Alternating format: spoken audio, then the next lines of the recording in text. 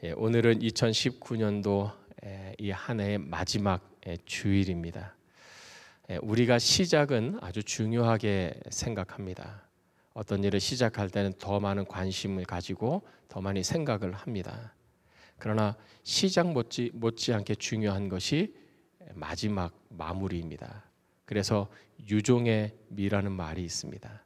마지막을 아름답게 잘 마무리하는 것입니다. 마지막이 중요합니다. 첫 번째 만남이 중요하지만 이별도 중요한 것입니다. 만남은 잘하는데 이별을 잘 못하는 경향이 있습니다. 만남이 축복된 만남이 되듯이 이별은 아름다운 이별이 되어야 합니다. 마지막이 중요합니다. 근데 오늘 이 말씀에서 베드로 사도는 우리에게 마지막 때가 있다라고 가르쳐 줍니다. 만물의 마지막이 가까이 왔으니 마지막이 있습니다. 성경은 두 종류의 마지막 끝을 이야기하고 있습니다. 첫째는 인류 역사의 마지막입니다. 태초에 하나님이 천지를 창조하시니라 이 말씀하심으로 천지를 창조하심으로 모든 것이 만들어졌습니다. 하늘과 땅과 그 가운데 있는 모든 것이 만들어졌습니다. 그러나 태초에 하나님이 천지를 창조하실 때는 눈에 보이는 것만 만들어진 것이 아니라 눈에 보이지 않는 것도 창조가 되었습니다. 그것이 바로 시간입니다. 현대 물리학에서는 시간이 창조되었다. 시간의 시작이 있다는 것을 밝혀냈어요. 태초에 하나님이 천지를 창조하시기 전에는 시간이 없었습니다. 그 이전에 시간이 없던 상태를 성경은 가리켜서 영원, eternity라고 말을 합니다. 그래서 우리는 하나님을 향해서 영원하신 하나님, 하나님은 알파와 오메가가 되시고 처음과 마지막이 되시는 거예요. 하나님은 시작이 없습니다. 그렇기 때문에 하나님은 끝이 없는 것입니다. 영원하신 하나님입니다. 하나님 외에 모든 눈에 보이는 것과 보이지 않는 모든 존재들은 시작이 있습니다. 그래서 끝이 있습니다. 시간이 창조되었고 시간이 창조됐다는 것이 시간이 시작된 것이고 시간이 시작됨으로 말미암아 역사가 시작이 되었습니다. 역사란 곧 시간이죠. 시간 위에서 일어난 모든 것들이 다 역사죠. 역사가 시작이 되었다는 것은 곧 역사가 끝이 있다라는 것입니다. 언젠가 역사가 끝날 것입니다. 이 세계의 역사가 끝날 것입니다. 사람들은 이야기합니다. 세계의 곧 종말이 올 것이다. 핵의 폭발로 인해서 세계의 종말이 올 것이고 자연재해로 인해서 세계의 종말이 올 것이고 외계에서 어떤 충격으로 인해서 세계의 종말이 올 것이다. 사람들은 그렇게 얘기합니다. 그러나 성경은 그렇게 말하지 않습니다. 성경은 모든 민족에게 복음이 전파된 후에야 끝이 온다고 말합니다. 종말할 때는 기근이 있습니다. 자연재해가 있습니다. 천재지변이 일어납니다. 전쟁이 있습니다. 다툼이 있습니다. 그러나 종말일 뿐입니다. 종말의 종말은 복음이 온 민족에게 전파될 때입니다. 복음이 온 민족에 전파되면 그때는 예수님이 이 땅에 오십니다. 예수님의 이 땅에 다시 오신 세컨드 커밍이 바로 이 역사의 종말이 되는 것입니다. 예수님이 다시 오실 것입니다. 제자들이 보는 가운데서 구름을 타누러 하늘로 올라가신 그 예수께서 언제인지는 모르지만 다시 오신다고 분명히 약속하셨기 때문에 그분이 이 땅에 다시 오실 것입니다. 그 예수님의 재림이 바로 이 세상 역사의 종말이 되는 것입니다. 뉴스에서 매스컴에서 사람들이 이래서 종말이 오고 이래서 지구가 종말이 되고 역사가 종말이 되고 역사를 말하게 놔두십시오. 그러나 하나님은 그렇게 말씀하지 않아요. 역사를 만드시고 역사의 주관자가 되시는 하나님은 예수님이 이 땅에 다시 오실 때 역사의 종말이 올 것이라고 말합니다. 세상 역사의 마지막이 있습니다. 이 마지막 때는 어떤 일이 일어나는가? 마태복음 25장에 예수님은 친히 마지막 때에 이런 일이 일어날 거라고 말씀합니다. 인자가 자기 영광으로 모든 천사와 함께 올 때에 자기 영광의 보좌에 앉으리니 모든 민족을 그 앞에 모으고 각각 구분하기를 목자가 양과 염소를 구분하는 것 같이 하여 양은 그 오른편에 염소는 왼편에 두리라. 내 아버지께 복받을 자들이여 나와 창세로부터 너희를 위하여 예비된 나라를 상속받으라. 저주를 받은 자들아 나를 떠나 마귀와 그 사자들을 위하여 예비된 영원한 불에 들어가라. 그들은 영벌에 의인들은 영생에 들어가리라. 예수님이 이 땅에 재림하시면 재림하셔서 하시는 일이 있습니다. 그것은 바로 사람들을 심판하시는 것입니다. 2000년 전에 베들레헴의 마국간에서 하나님의 아들 예수 그리스도 오셨을 때는 구세주로 이 세상에 오셨습니다. 사람들을 구원하기 위해서 오신 것이죠. 그러나 그분이 다시 오실 그분의 재림 때에는 구세주가 아니라 심판자로 오시는 거예요. 모든 사람은 그분 앞에 심판받아야 하는 것입니다. 하나님의 심판대 앞에 서야 하는 것입니다.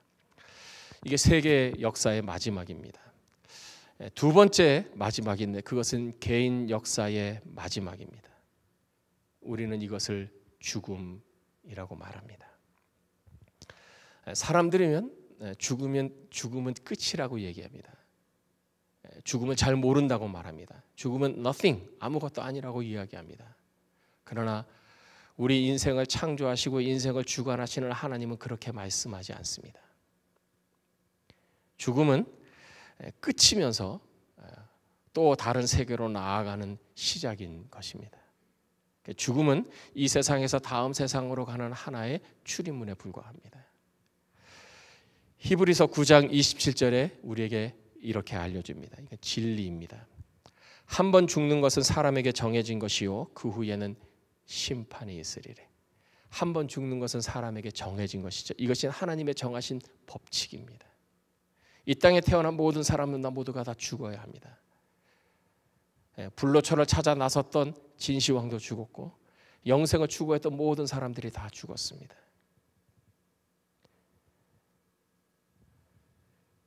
한 번 죽는 것은 사람에게 정해진 것이요. 그러나 그 후에 우리를 기다리고 있는 것이 있습니다. 그 후에는 심판이 있으리니. 하나님의 심판이지요. 예수님께서 마태복음 25장에 말씀하신 것처럼 우리는 죽은 후에 하나님의 심판대 앞에 설 것입니다. 우리가 죽기 전에 예수님이 재림하시면 우리는 산채로 예수님의 심판대 앞에 서게 될 것입니다. 죽으면 예수님이 재림하실 때 다시 우리의 영과 우리의 혼이 결합돼서 하나님의 심판대 앞에 서게 될 것입니다. 그리고 하나님의 심판의 그 판단에 따라서 재판의 결과에 따라서 우리는 두 곳 중에 한 곳으로 가게 될 것입니다. 어떤 사람은 하나님이 함께 하시는 영원한 영광에 쳐서 지복의 나라인 하나님의 나라로 인도함을 받을 것입니다. 반면에 어떤 사람은 유황과 불못이 있는 영원한 고통의 장소로 보내질 것입니다. 예수님은 그 장소를 지옥이라고 말씀하셨습니다. 우리는 여기서 마지막을 생각해야 합니다. 그리고 베드로 사도의 의도를 생각해야 됩니다. 왜 만물의 마지막에 가까워왔다고 베드로 사도는 이야기하는가?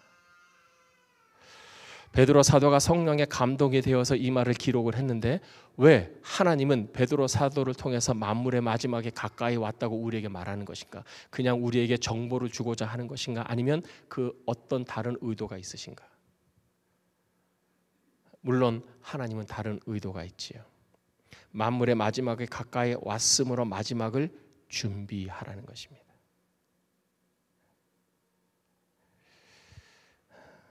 나이가 들어가면서 사람들에게는 관심이 있습니다. 적어도 중년 이상이 되면 거의 본능적으로 고민하는 것이 있습니다. 노후 준비입니다. 노후를 잘 보내기 위해서는 노후를 준비해야 한다는 거죠. 건강도 준비해야 하고 재산도 준비해야 되고 노후 준비해야 한다는 것입니다. 그러나 여러분, 노후 준비하는 비교할 수 없이 중요한 준비가 있어요. 모든 사람이 다 해야 하는 준비가 있습니다. 그것은 사후 준비예요. 노후 준비는 일시적이죠. 한때예요.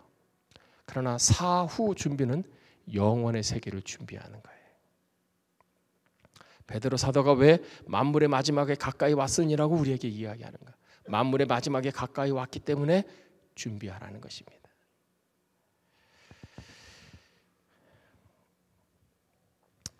유치한 것 같지만 중요한 질문을 여러분께 드리겠습니다. 여러분 속으로 대답해 보십시오. 여러분이 오늘 밤이 인생의 마지막 밤이 된다면 여러분은 주님이 말씀하신 천국과 지옥 중 어디에 있을 것 같습니까? 좀 문학적으로 표현해서 오늘 신은 신발이 내 인생의 마지막 신발이 된다면 내일은 여러분은 어디에 계실 것 같습니까? 오늘이 나의 마지막 밤이 된다면 그래도 여러분의 영혼은 안전하십니까?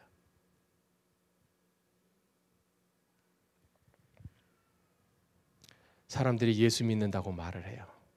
나는 천국 간다고 이야기를 해요. 그러나 당신이 오늘 밤에 죽어도 당신은 정말 천국 갈 것을 믿습니까? 하면 주저해요. 그것은 천국에 대해 다시 생각해 봐야 되는 거예요. 두 번째 질문. 여러분의 가족은 어떻습니까? 여러분의 가족 중에 한 사람이 오늘이 마지막 밤이 된다면 그 가족은 내일 아침에 하나님의 지복의 나라의 영원한 햇빛보다 찬란한 영광이 있는 온갖 보석으로 수놓은 주님이 말씀하신 천국에 들어갈 것이라고 인도함 받을 것이라고 여러분은 확신합니까?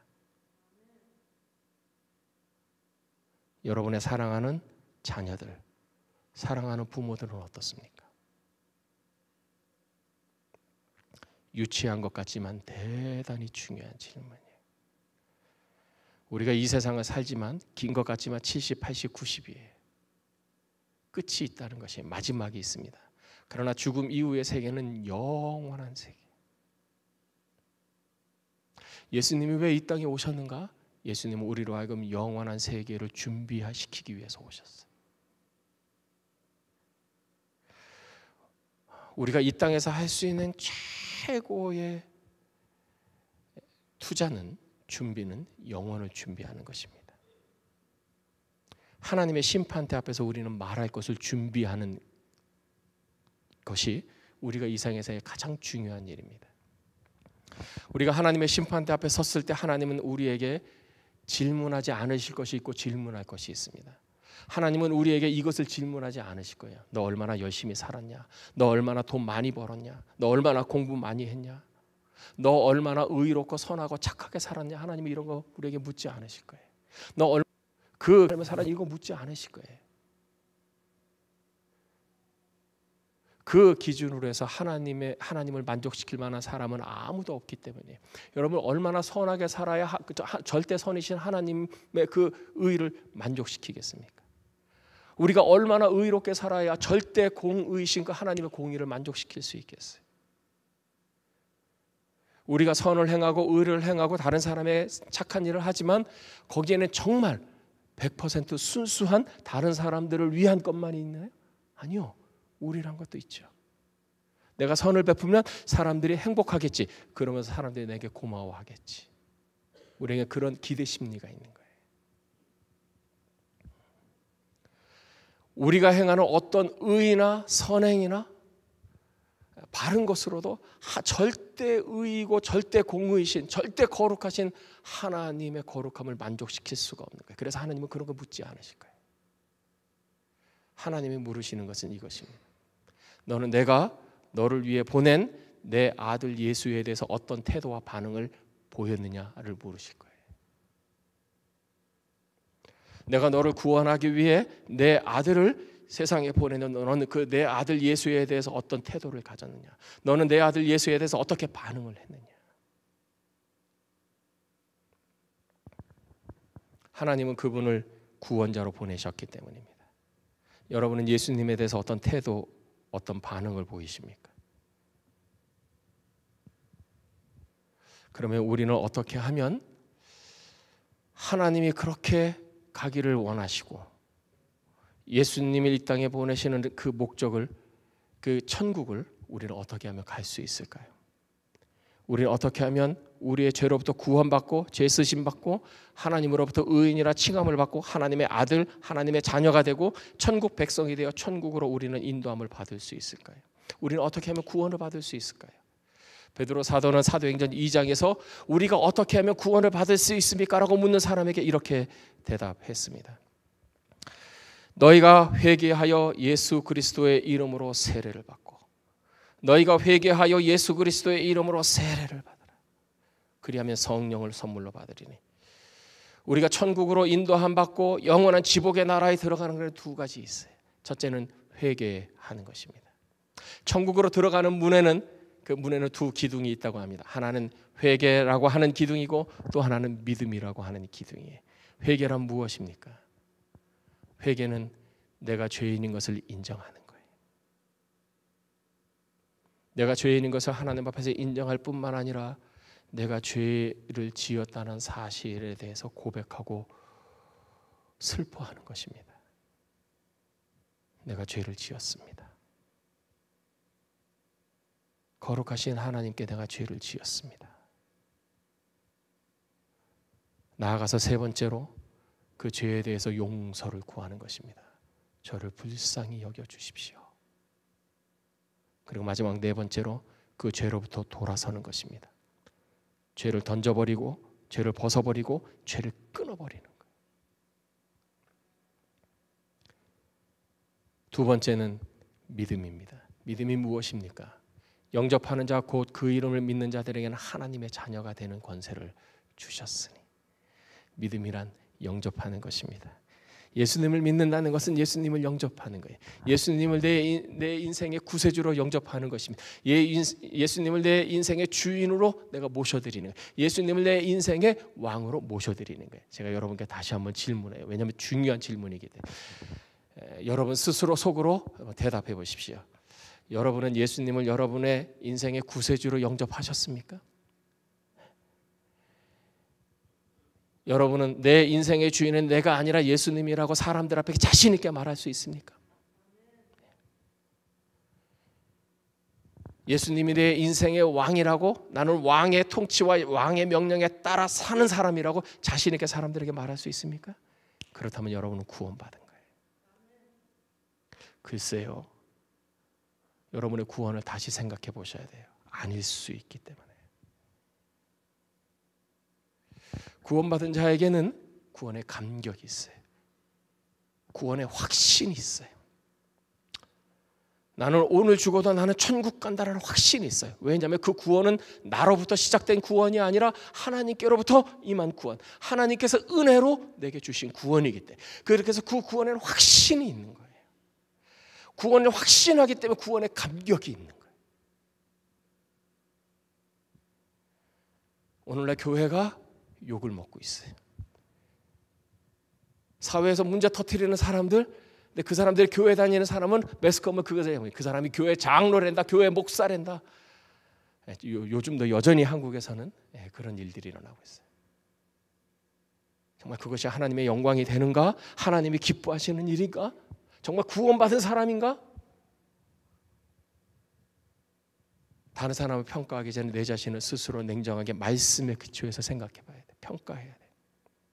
감사한 것은 지금이라도 늦지 않다는 것입니다. 주 예수를 믿으라. 그리하면 너와 내 집이 구원을 얻으리라. 우리가 예수님을 내 인생의 구세주로, 왕으로, 주인으로 내가 모시면 우리는 예수님이 통치하시는, 예수님의 거처가 되시는 하나님의 나라로, 새 예루살렘으로 우리는 들어갈 것이에요. 예수님이 입구에 나오셔서 우리를 따뜻하게 맞아주실 거예요. 요한계시록에 보면 우리가 가면 예수님께서 우리의 눈물을 닦아주신다고 그래요. 우리가 예수님을 믿기 때문에 당했던 어려움과 손해와 우리의 박해와 곤란함과 이 모든 것들을, 눈물과 아픔과 상처들을 예수님이 다 감싸주시는 거예요. 저는 그 부분을 읽을 때마다 떠오르는 장면이 있어요. 내가 예수님 성전으로 들어가면, 천국에 들어가면 예수님이 나오셔서 내 눈물을 씻어주는데 먼저 나를 안아주실 것 같아요. 주님이 나를 안아서 너 수고 많았다.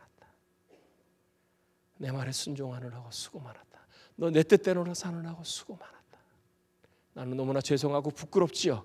그러나 요한계시록에 말씀하셨기 때문에 주님은 나를 안아주실 거예요. 그리고 내 눈에 있는 눈물을 다 닦아주실 거예요. 그리고 나를 환영하실 거예요. 저뿐만인가요? 아니요. 이곳에 있는 우리 모두가 다 예수님을 구세주로, 왕으로, 주인으로 고백하고 그 말씀대로 사는 모든 사람에게 예수님은 그렇게 해주실 거예요. 여러분들도 그 사람, 그 예수님이 안아주시는 사람이 되시기를 주님의 이름으로 축복합니다. 회개하고 믿으면 됩니다. 지금도 기회는 열려 있습니다. 지금도 구원의 문은 열려 있습니다. 누구든지 예수를 주로 고백하면 영접하는 자 곧 그 이름을 믿는 자들에는 하나님의 자녀가 되는 권세를 주셨으니 지금이라도 예수님을 구주로 영접하십시오. 지금 이 순간에 속으로 말하십시오. 내가 예수님을 구주로 영접합니다. 예수님은 내 죄를 다 죄 문제를 해결해 나의 구세주이십니다. 예수님은 내 인생의 왕으로 모십니다. 예수님은 내 인생의 주인으로 모십니다. 내 안에 들어오시옵소서.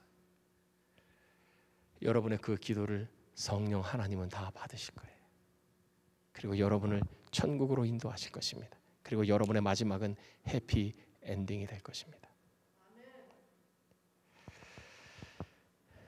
마지막 때에 우리가 해야 할 일이 있습니다. 우리 오늘 말씀을 다시 한번 읽겠습니다. 베드로전서 4장 7절에서 11절 말씀을 우리 다시 한번 읽겠습니다. 시작.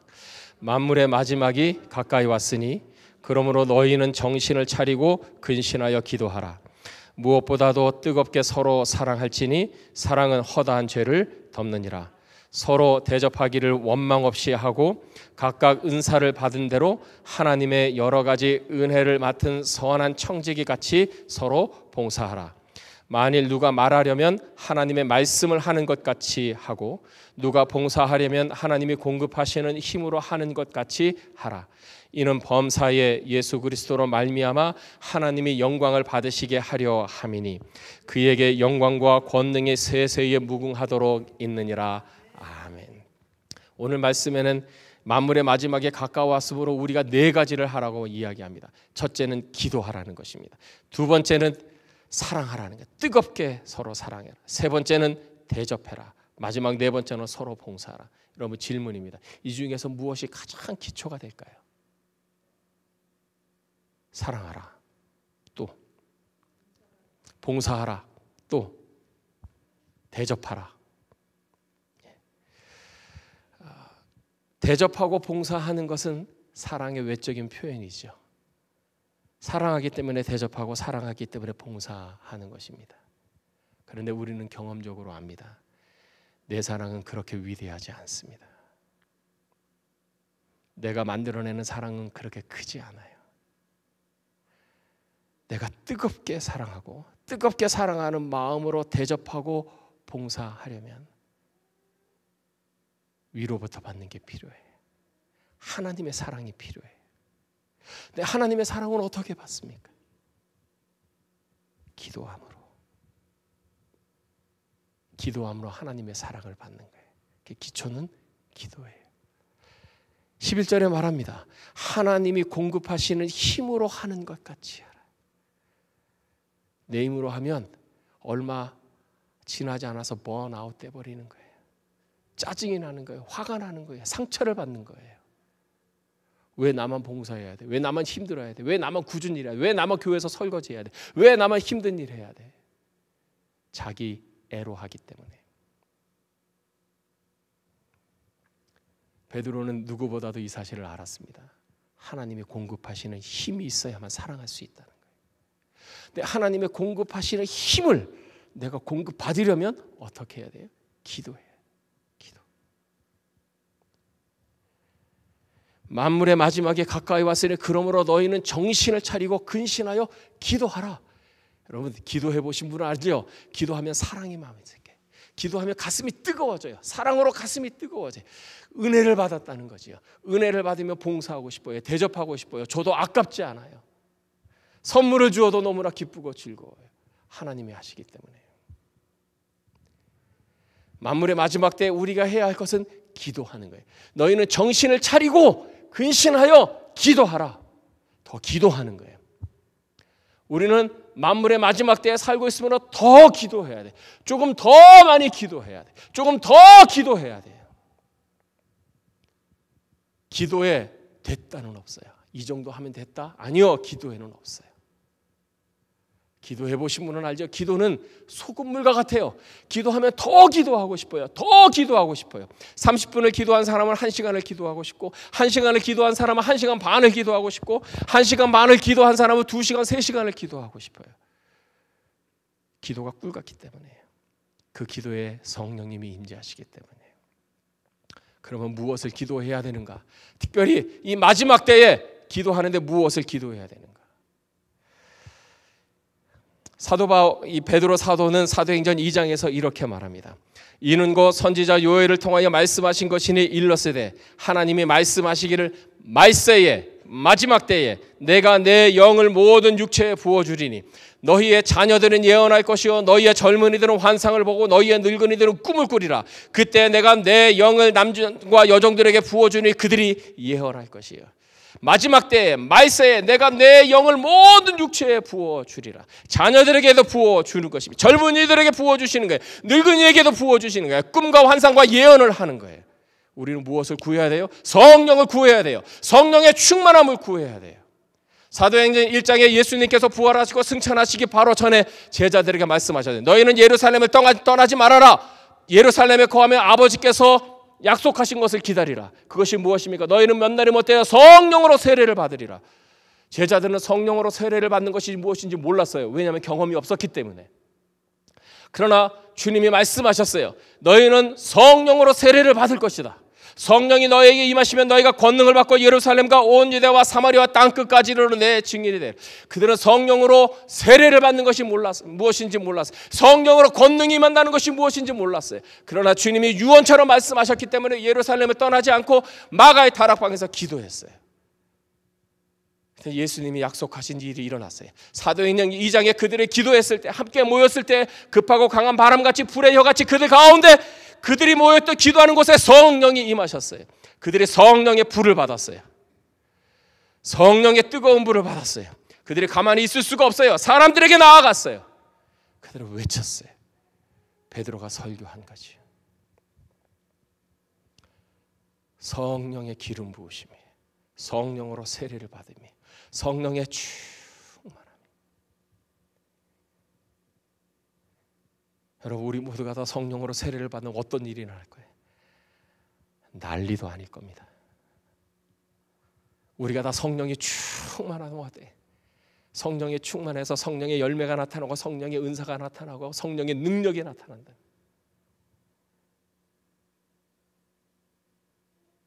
여러분이 그렇게 되시기를 주님의 이름으로 축복합니다. 여러분의 가정이 성령의 기름 부으심, 성령으로 세례받는 가정이 되시기를 주님의 이름으로 축복합니다. 자녀들에게 공부해라 뭐 이렇게 할 필요가 없어요. 성령 받으면 돼요. 성령 받으면 꿈이 생기거든요. 하나님께서 주신 꿈과 비전이 생기거든요. 그래서 부모로서 자식을 위해서 가장 자녀 양육을 잘하는 길은 자녀들을 위해서 기도하는 거예요. 알지요? 말대로 안 돼요. 잔소리로 안 되죠. 공부해라 해서 공부하나 되나요? 안 되죠. 안 바뀝니다. 그러나 어떻게 하면 바뀌어요? 성령이 임하시면 바뀌어요. 성령의 충만함을 사모하십시오. 꿈꾸십시오. 성령으로 세례받는 여러분의 가족 한 사람한 성령으로 세례받는 것을 얼마나 그 얼굴이 환할까요? 그 얼굴이 얼마나 행복으로 가득 찰까요? 만물의 마지막이 가까이 왔으니 그러므로 너희는 정신을 차리고 근신하여 기도하라. 여러분, 기도하시는 여러분 되시기를 주님의 이름으로 축복합니다. 더 많이 기도하는 여러분 되시기를 축복합니다. 더 많이 기도하는 여러분 되시기를 축복합니다. 그래, 여러분 모두가 성령으로 세례를 받고 기름 부으심을 받고 성령 충만함을 나누는 기도의 사람들이 다 되시기를 주님의 이름으로 축복합니다. 기도하겠습니다.